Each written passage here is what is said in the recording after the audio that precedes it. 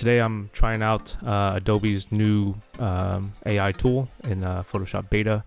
What you basically do is just highlight everything, what you want to change, and then describe what you want to change. Here I am changing the hair and changing the shirt here. It's pretty crazy. Here I'm trying to add some tattoos, but they don't really look very natural.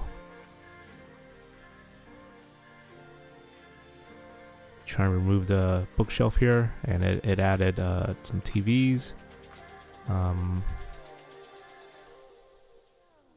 think I tried to add a whiteboard here, or framed art. Here I'm changing the switch to a vase.